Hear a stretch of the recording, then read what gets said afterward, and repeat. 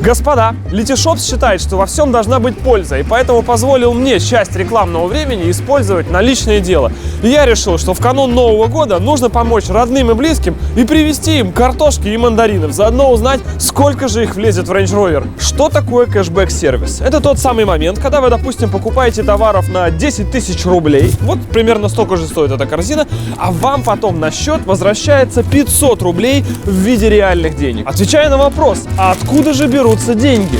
А ответ очень простой. Магазины сами платят Лете за привлеченных клиентов. Таким образом, вся польза кэшбэка получается в том, что вы можете вернуть часть денег, потраченных на покупку. Ну это же гениально! Картошки и мандаринов в багажник влезет еще больше. А Letyshops — это проверенный кэшбэк-сервис с многолетней историей, который все мы уже давно знаем. Ссылочки на него я, естественно, оставлю в описании. Погнали!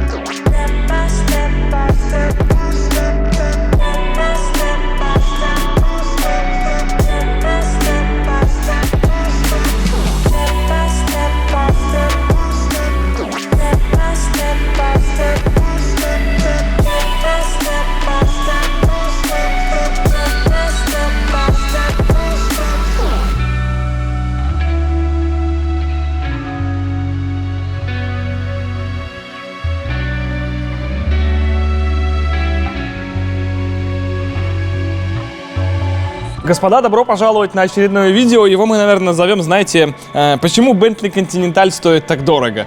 Потому что, чтобы это понять, нужно его распилить. И конструкция, которая вам открывается, когда вы разбираете этот салон, расчленяете, так сказать, эту машину, простите, конечно, за выражение, она феерическая. То есть ничего подобного я у Вага и у подобных машин не видел. Действительно, автомобиль очень продуман и сделан внутри невероятно качественно. Мы много бомбим на то, что это ваговские технологии, тормоза фуфло, коробка так себе. В общем, в целом машина не очень. Но если мы рассматриваем силовую конструкцию автомобиля, кузов, он гениален. Если вот мы сейчас разрежем этот порог, а мы его сейчас разрежем, под ним вы увидите феерическое количество усилений.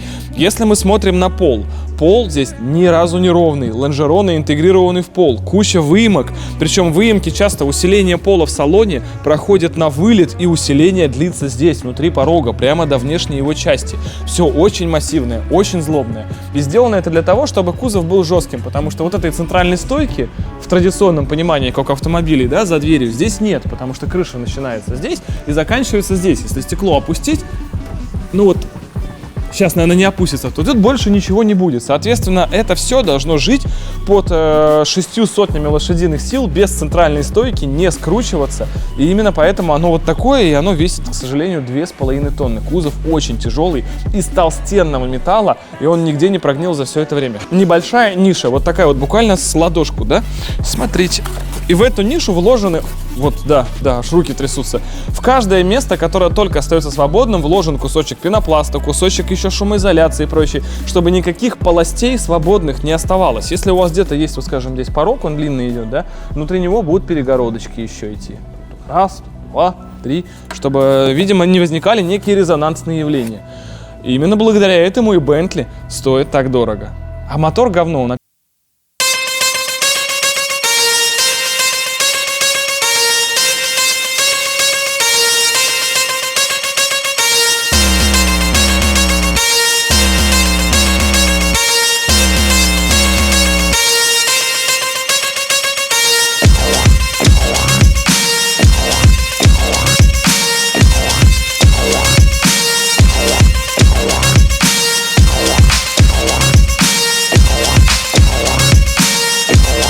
Тут очень показательный момент. Если бы мы сейчас с вами разбирали автомобиль производства года от 2014, здесь было все то же самое, только вот вместо вот этого всего железа у вас была бы одна вот эта штучка.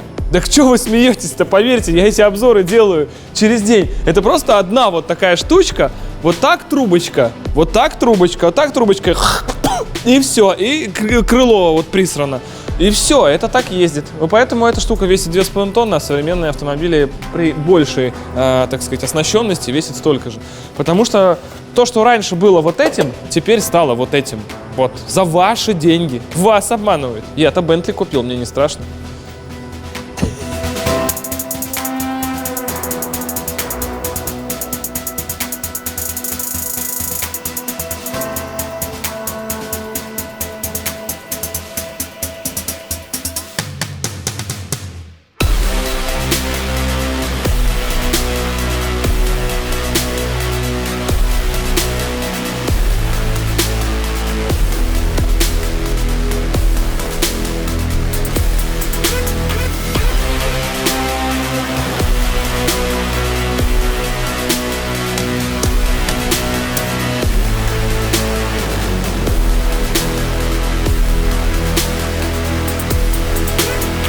Короче, если вкратце, все, что вы видите, вот эта красивая заставка, это все целиком просто постанова, которая была сделана только чтобы сделать заставку, что мы распилили Bentley. Потому что Bentley нужно будет пилить совсем по-другому. И как вы уже видели на картинке в прошлом видео, вот она, на скетче, да, у нас посадка Bentley идет в гусеницы, грубо говоря, по арке.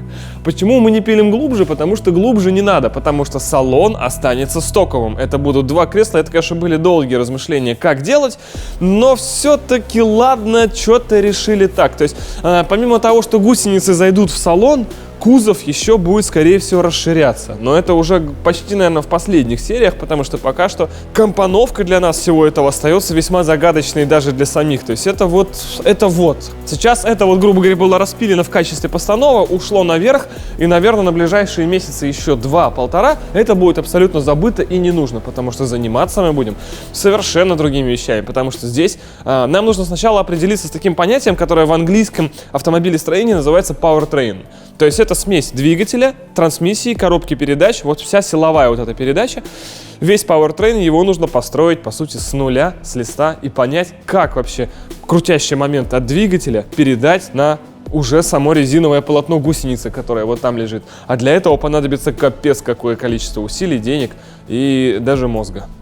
И, как обещал, пацаны, неразрезной мост. Вот я сказал, что будет неразрезной мост на Bentley, и будет неразрезной мост. Причем мост взяли около максимальной из всех существующих в мире. Это 60-я дана. Вместо барабанных тройных тормозов можно, по идее, поставить диски, но диаметр этих барабанных тормозов, учитывая радиатор, родное охлаждение, пока что нам дает повод, в принципе, оставить их и пробовать их использовать в нашем уже готовом изделии. Дифференциал пока что у нас свободный. Я думаю, что здесь рано или поздно появится блокировка. На данном этапе она, наверное, не нужна. Это, в общем-то, уже будет решение потом в финальных сериях допиливания.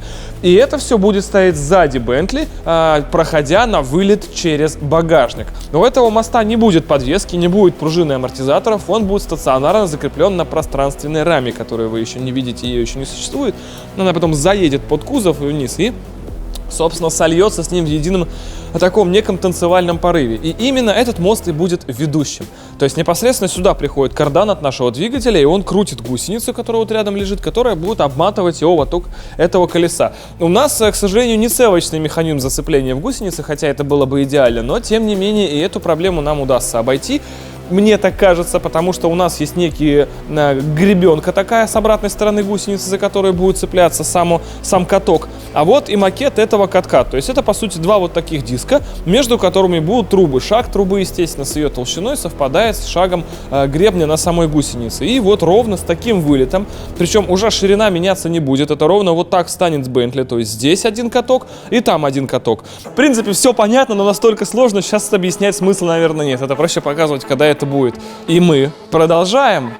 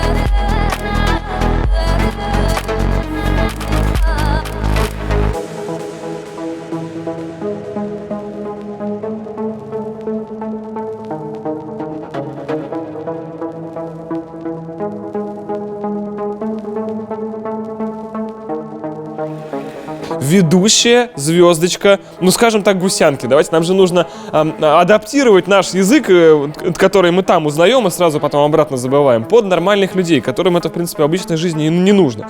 Значит, это ведущая звездочка гусянки, которая сидит на нашей 60-й дане. Соответственно, оттуда у нас приходит, и это все начинается вот в эту сторону, получается, но если мы вперед движемся, да? Проблема у Вани заключается в том, чтобы все это придумать, изготовить.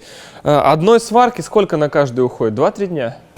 Ну, не 2-3 дня, ну до хрена. Потом глаза немножко болят. Короче, не хочет признаваться. Глаза болят даже через этот самый, да? Ну, все равно же устают, конечно, привет. Трындец. Ну и, то есть, сколько-то сварки уходит на это, и потом стационар, чтобы прийти в себя. И снова на работу. Вот это, конечно, насколько хватит здоровья, терпения самое главное, потому что вы представляете, каждая вот эта трубка обваривается, сначала прихватывается, потом обваривается, там же еще усиление.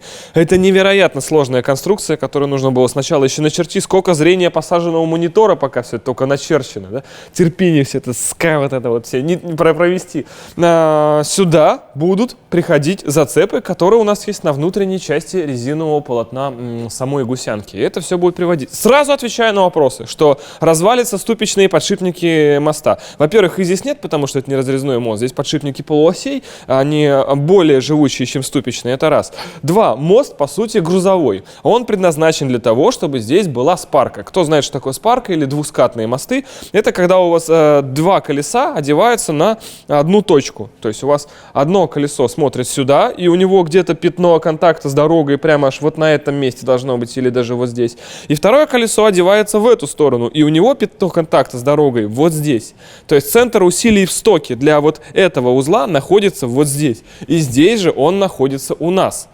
Потому что гусеница вот такая широкая, и центр у нее получается сюда. Центр приложения усилий и сама гребенка, которая зацепляет здесь, она опять же здесь, в этой же самой точке, где у этого моста был сток. Поэтому усилия на этот мост примерно те же самые. Плюс этот мост больше не несет на себе нагрузки под весом сверху, как он раньше был. То есть если раньше его еще сюда ломало, потому что на него могло лечь и 2,5 и даже более тонн плюс вес самого автомобиля, в нашем случае этого не будет. Он не несущий. То есть он только крутит. Никаких здесь пружин, подвески и ничего не будет. Он намертво варен в Бентли, а стоять вся Бентли уже на танке, да, наш ультратанк сам, то есть на катках она будет на средних, который к этой штуке отношения не имеет, и на нее усилия не передает. То есть у него усилия будет только от натяжения самой гусянки и от старта вот этого дикого, чтобы все это провернуть.